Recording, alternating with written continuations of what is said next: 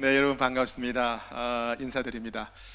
이렇게 우리 성민교회 오니까 고향에 온 것 같고 너무 기쁘고 너무 반갑고 또 제가 이영찬 목사님을 굉장히 좋아합니다. 늘 제가 사랑을 받기 때문에 뵐 때마다 큰 형님 뵙는 것 같아서 얼마나 또 행복하고 좋은지 모르겠습니다. 여러분들 서로 반가우시죠?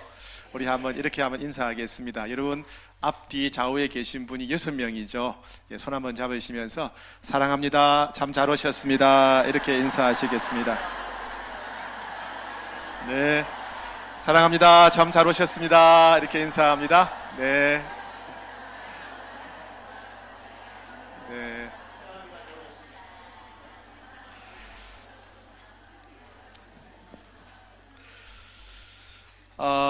저는 오랫동안 청년 사역을 했습니다. 한 15년 정도 청년 사역을 했는데 그러다 보니까 일찍부터 결혼 주례를 많이 했습니다.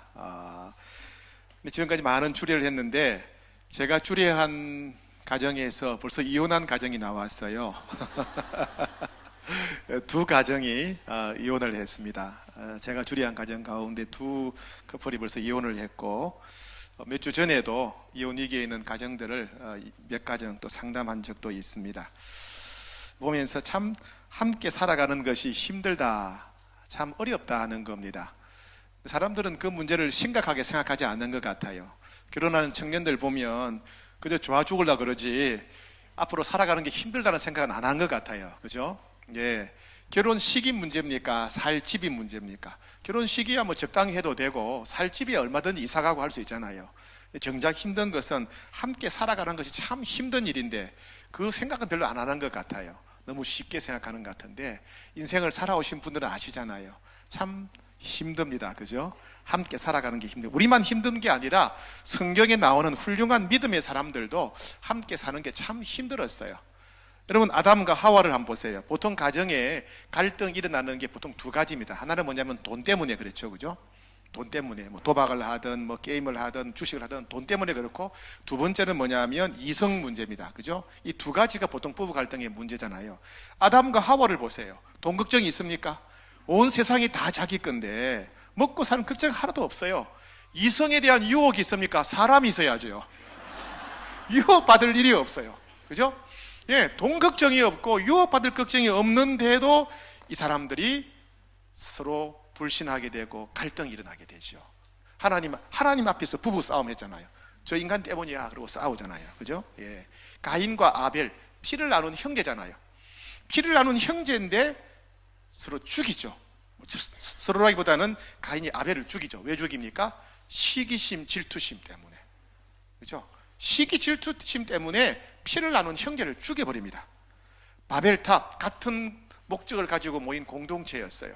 같은 목적, 비전을 가지고 함께 일하다가 서로 대화 방식이 다르고 입장이 다르다 보니까 갈라서게 됩니다. 모세와 아론과 미리암, 형제 아닙니까? 그죠? 형제. 모세가 태어날 때 굉장히 그 위기에서 도와줬던 사람이 미리암이고, 그죠? 아론은 대제사장이었고 미리암은 여자 선지자입니다. 그런데 이 아론과 미리암이 모세에 대해서 질투해가지고 또 싸워서 난리가 나지요. 그죠? 예. 시기 질투가 무섭습니다. 우리가 잘 아는 드보라, 기드온, 입다, 이 이야기가 사사기에 나오는데요, 사사기를 자세히 보시면 서로 지파 갈등이에요. 지파 갈등. 드보라가 사사가 되거나 기드온이 사사가 되거나 입다가 사사가 되고 나라를 구하는데 12지파가 함께 모여서 전쟁한 적이 한 번도 없어요. 12지파가 똘똘 뭉쳐서 전쟁한 적이 한 번도 없어요. 너희끼리 잘해봐라. 그리고 상당수의 그 지파들은 열중시하고 구경합니다. 관심 없다 그럽니다. 하나 되기가 참 어려워요. 이스라엘의 역사는요, 사사기의 역사, 사무엘 상하 역사, 열왕기 상하를 보면 남북 갈등, 동서 갈등의 역사입니다. 화평하게 지낸 적이 별로 없어요. 다윗도 보세요. 다윗과 요압 같은 경우에 요압이 참 대단한 사람이지 않습니까? 평생 다윗에게 충성하고 목숨 바쳐 충성하고 모든 공은 다윗 왕에게 돌렸어요. 다윗이 죽을 때 뭐라 그럽니까? 요압을 제거해야 된다 이러잖아요. 참 이상한 일이 많아요. 그죠? 베드로, 야고보, 요한, 예수님이 가장 아꼈던 제자들 아닙니까? 그런데 그들 사이에서도 누가 더 잘났느냐, 누가 더 실세인가 서로 경쟁하고 싸웠지요. 많은 교회가 예루살렘 교회로 돌아가자, 초대교회로 돌아가자, 그런 구호를 외칩니다. 초대교회가 과연 좋을까요? 초대교회 예루살렘 교회 서로 싸웠어요. 헬라파, 히브리파. 뭐 가지고 싸웠습니까? 먹는 문제를 가지고 싸웠어요. 누가 먹는 것 가지고 장난치느냐? 이게 구호였어요. 먹는 문제로 장난치는 놈들이 누구냐? 이래서 싸웠어요. 그게 초대교회의 모습입니다. 우리가 유명한 존경하는 그 사도, 예수님 다음으로 기독교에 가장 큰 영향력을 미친 사도 누굽니까? 바울.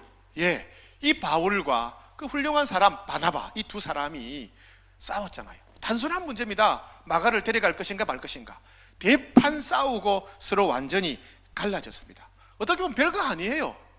그냥 그런데도 그 자기 뜻을 굽히지 않고 싸워서 두 사람이 갈라졌습니다. 대사도가, 사도 바울이 개척했던 고린도 교회 어떻게 됐습니까? 바울파, 베드로파, 아볼로파, 그리스도파 네 파로 나눠져 싸웠어요. 바울이 개척한 교회인데 교인 4분의 3이 바울이 사도가 아니라고 바울을 원망하고 바울의 등을 돌렸습니다. 예. 빌립보 교회, 유두계와 순두계, 아마 여성으로 알고져 있는데 두 사람이 서로 주도권 다툼을 싸웠다 그래요. 예. 하여튼 이런 일들이 계속 되어졌습니다. 네. 뭐 가정은 어떻습니까? 여러분, 인류가 타락하기 전부터 에덴 동산에 붙어 있었던 유일한 제도가 가정입니다. 그죠? 지구상에 있는 모든 조직은 인류가 타락한 이후에 생겼어요. 인류가 타락하기 전부터 있었던 유일한 제도는 가정입니다.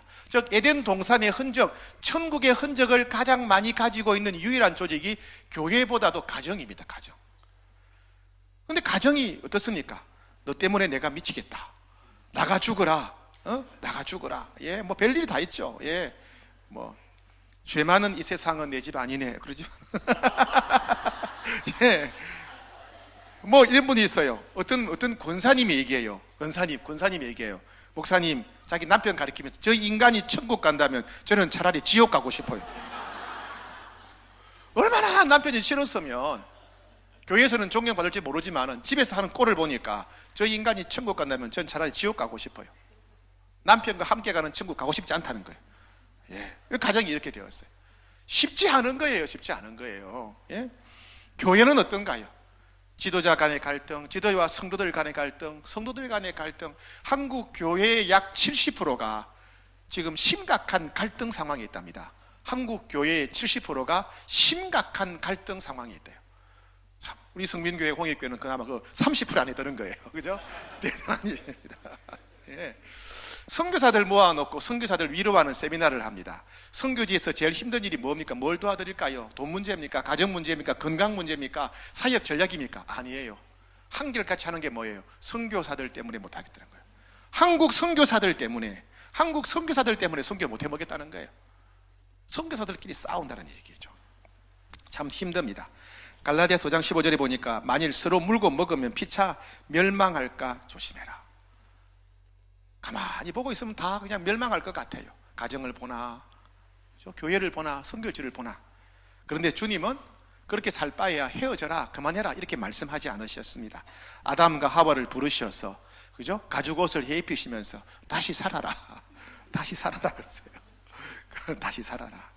모세와 아론 불러가지고 그렇게 싸울 바야 너희들 민족 떼가지고 3분의1씩 나눠 가지라 하지 않으셨어요. 다시 협력하라. 제자들이 서로 싸운다고 너들 이제 끝났다 다 떠나라 이렇게 하지 않으셨습니다. 그죠? 예수님은 다시 예수님을 본받아 섬기는 자가 되라 격려하셨어요. 예루살렘 교회 그렇게 먹을 것 가지고 치사하게 싸울 바에야 교회 쪼개라 이렇게 하지 않으셨어요. 그죠? 서로 양보하고 배려하게 하셨어요. 고린도 교회, 빌립보 교회 다 마찬가지입니다. 그죠? 예. 참 그거 보면 우리 주님은 참 많이 속으시는 것 같아요. 그죠? 속으시는 것 같아요. 예.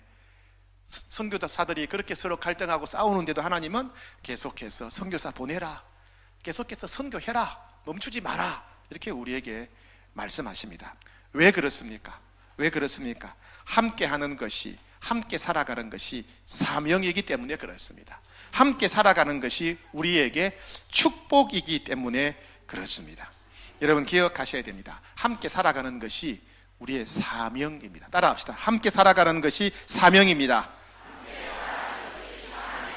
네, 오늘 본문에서 우리가 읽었는데 서로 사랑하라 이 말씀이요, 요한복음 13장부터 16장에 나오는데 이게 예수님의 최후 설교입니다. 예수님의 유언적 설교예요. 예수님이 십자가에 달리시기 전날 마지막 날 설교하신 거예요. 그러니까 사람이 유언이니까 의미심장하지 않겠습니까? 예수님이 제자들에게 마지막 설교하신 거예요. 마지막으로 당부하신 겁니다. 그래서 핵심이 뭐냐면 서로 사랑하랍니다. 이 서로 사랑하라는 말씀을요 5번 강조합니다. 너희는 서로 사랑해라. 13장부터 16장까지 5번이나 예수님께서 서로 사랑하라, 서로 사랑하라, 너희들 서로 사랑해야 된다, 서로 사랑해야 된다. 그것도 부족하셔서 이것은 새 계명이다, 이것은 새 계명이다. 일반 명령, 예수님이 뭐 용서하라, 섬기라, 나누라, 베푸라, 기도하라 많은 말씀하셨는데 여기에 대해서는 이거는 계명이다. 계명은 뭐예요? 다른 어떤 명령보다, 예수님의 어떤 명령보다 중요한, 반드시 지켜야 될 명령, 계명이다. 너희가 서로 사랑하는 것은 계명이다. 반드시 지켜야 될 어떤 명령보다 중요한 명령이다, 계명이다, 이런 말씀입니다. 요한복음 17장 21절에 보니까 우리가 서로 사랑하는 것은 예수님의 간절한 기대요, 간절한 소원이라는 걸 알 수가 있어요. 요한복음 17장 21절에 보면 예수님께서 우리가 서로 사랑하도록 하나님께 간절히 기도하는 대목이 나옵니다. 요한복음 17장은 제사장적 기도라 그러죠. 예수님의 마지막 기도입니다. 제자들을 축복하는 기도입니다. 제자들이 서로 사랑하게 달라고 기도하셨어요. 그리고 언젠가 이들이 서로 하나 될 것이라고 예언도 하셨어요. 그리고 예수님 마지막으로 서로 사랑하는 모습이 너무 귀하다고 축복하셨어요. 요한복음 13장에 보면요, 예수님께서 서로 사랑하는 것이 얼마나 중요한가를 말씀만으로는 안 되니까 행동을 통해서 보여주십니다. 그게 뭐냐면 서로 발을 씻어주신 거예요. 말로만 사랑하라 하지 않으시고 사랑하는 게 뭔지 예수님이 행동을 통해서 보여주신 겁니다. 예수님이 직접 제자들의 발을 씻어주셨어요. 그 다음에 이렇게 말씀하십니다. 내가 주와 선생이 되어 너희의 발을 씻었으니 너희도 서로 발을 씻는 것이 옳다. 이게 서로 사랑하는 거다. 내가 너희에게 행한 것 같이 너희도 행하게 하려 본을 보였노라. 너희도 나처럼 이렇게 발을 씻어주면서 사랑하라고 내가 본을 보였다. 그러면서 요한복음 13장 17절에서 너희가 이것을 알고 행하면 복이 있으리라. 너희가 이것을 알고 행하면 복이 있으리라. 너희가 서로 사랑하게 되면 행복할 것이다. 행복할 것이다. 이렇게 말씀하셨어요. 그러니까 우리가 서로 사랑하는 것은 주님의 강력한 명령입니다. 그리고 우리가 서로 사랑하는 것은 우리 자신을 행복하게 하는 비결이다 하는 것입니다. 서로 사랑하는 것이 행복한 이유는 여러 가지가 있는데 몇 가지만 한번 찾아보겠습니다. 2가지만 찾아보겠습니다. 오늘 아까 목사님께서 아까 언급하셨는데요, 시편 한번 보겠습니다. 시편 133편, 네. 시편 133편, 예, 시편 133편. 어딘 잘 안 보이십니까? 구약입니다. 구약, 예, 구약 성경, 예, 900쪽, 예, 900쪽, 예. 같이 읽읍시다. 시작. 보라, 형제가 연합하여 동거함이 어찌 그리 선하고 아름다운고, 머리에 있는 보배로운 기름이 수염 곧 아론의 수염에 흘러서 그의 옷깃까지 내림 같고, 헐몬의 이슬이 시온의 산들에 내림 같다. 거기서 여호와께서 복을 명령하셨나니 곧 영생이로다. 네, 형제가 서로 사랑하는 것이 하나님 보실 때 너무 아름답고 복되답니다. 너무 아름답고 복되다. 예, 아론의 수염에 흘러내리는, 아론에게 흘러내리는 기름 같다. 성령이 충만한 역사, 영적인 은혜를 하나님께서 부어주신다. 우리가 서로 사랑할 때 성령의 강력한 역사, 성령의 충만한 은혜가 임하게 된다. 그 다음에 헐몬의 이슬이 시온에 내림 같다. 이것은 농사 짓고 목축하는 겁니다. 하나님께서 생활에 복을 주신다. 우리 삶을 행복하게 하신다, 이런 겁니다. 형제가 서로 사랑할 때, 믿음의 형제가 서로 사랑할 때 하나님께서 영적인 복을 주시고 육적인 복을 주신다. 너무 복되다 하나님 칭찬하셨어요. 하나만 더 찾아보겠습니다. 전도서입니다. 전도서. 예. 자, 전도서. 예. 잠언 뒤에 전도서가 있습니다. 전도서 4장. 전도서 4장. 전도서 4장. 952쪽입니다. 952쪽. 952쪽. 전도서 4장. 전도서 4장 952쪽. 예. 흔히 우리가 전도서의 주제는 뭐라고 생각합니까? 전도서 하면 뭐가 떠오르세요? 헛되고 헛되며 헛되고 헛되니 모든 것이 헛되다. 인생의 허무함을 노래한 게 아니냐. 솔로몬이 인생의 허무함을 노래했다고 생각합니다. 성경 어디에도 인생의 허무함을 노래하는 건 없습니다. 전도서의 주제는 뭐냐면 헛되고 헛된 세상에서 행복하게 사는 비결이 무엇이냐를 말하고 있습니다. 허무한 세상에서 행복하게 사는 비결을 얘기하는 게 전도서입니다. 전도서의 주제는 인생의 허무함이 아니고 행복 예찬론입니다. 행복 예찬론. 1장, 2장, 3장, 4장 각 장마다 허무한 세상에서 행복하게 사는 비결을 얘기하고 있어요. 그 중에 4장에서 얘기하고 있는 행복한 인생을 사는 비결이 뭐냐? 함께 살아가는 거다. 함께. 자, 봅시다.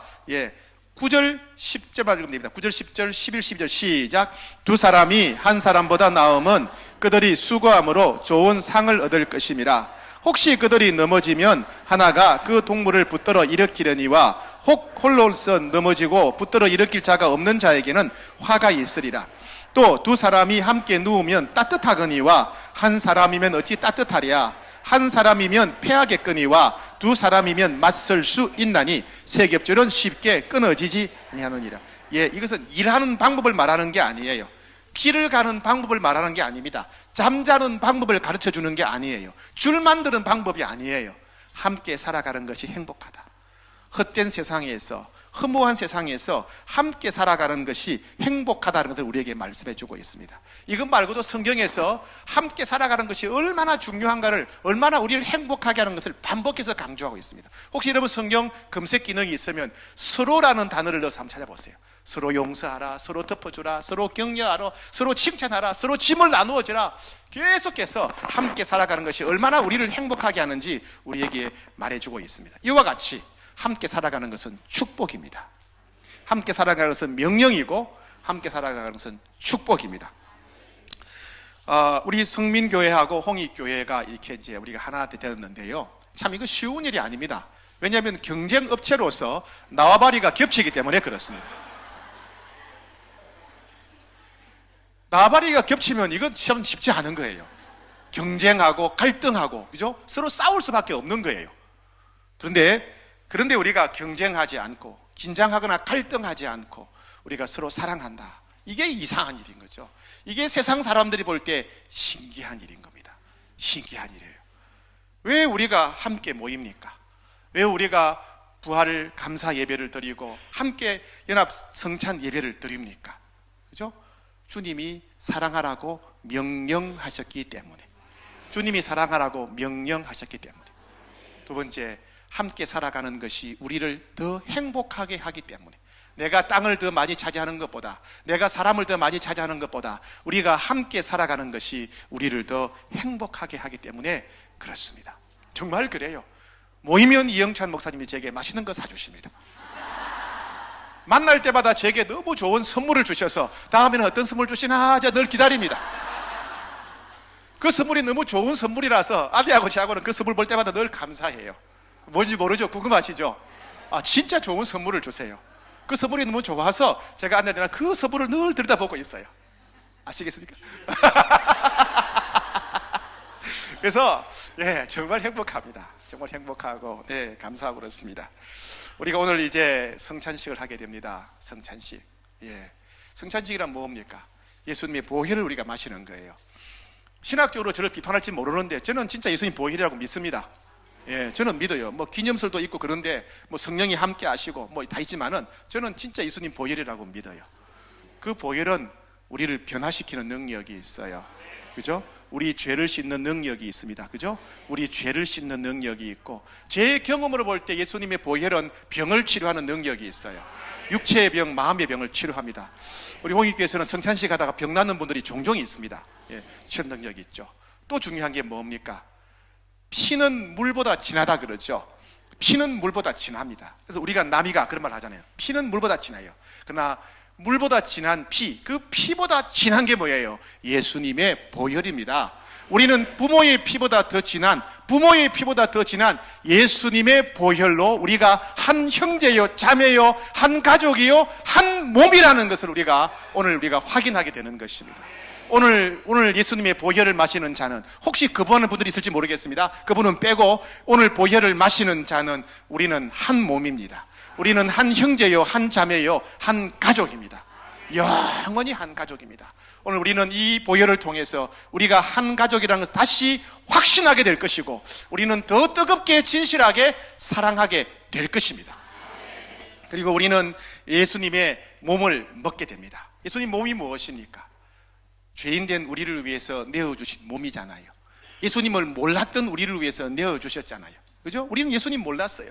근데 우리를 위해서 대신 죽으셨잖아요. 우리는 죄인이었어요. 죄인된 우리에서 몸을 내어주셨어요. 아무것도 아닌 우리를 위해서 하늘의 영광과 존귀와 보좌를 다 버리고 내어주셨어요. 예수님의 몸은 우리를 향한 눈에 보이는 사랑의 증거입니다. 하나님의 사랑이 어디 있냐고요? 아들까지, 그 아들의 몸을 우리에게 내어주셨잖아요. 그 예수님의 몸, 우리가 먹게 될 그 예수님의 그 몸이 하나님의 사랑이 눈에 보이도록 나타난 겁니다. 그 눈에 보이는 그 사랑, 그 살이 바로 우리를 향한 주님의 사랑의 증거라는 거예요. 하나님의 사랑이 어디 있습니까? 예수님 사랑이 어디 있습니까? 오늘 똑똑히 눈으로 보시기 바랍니다.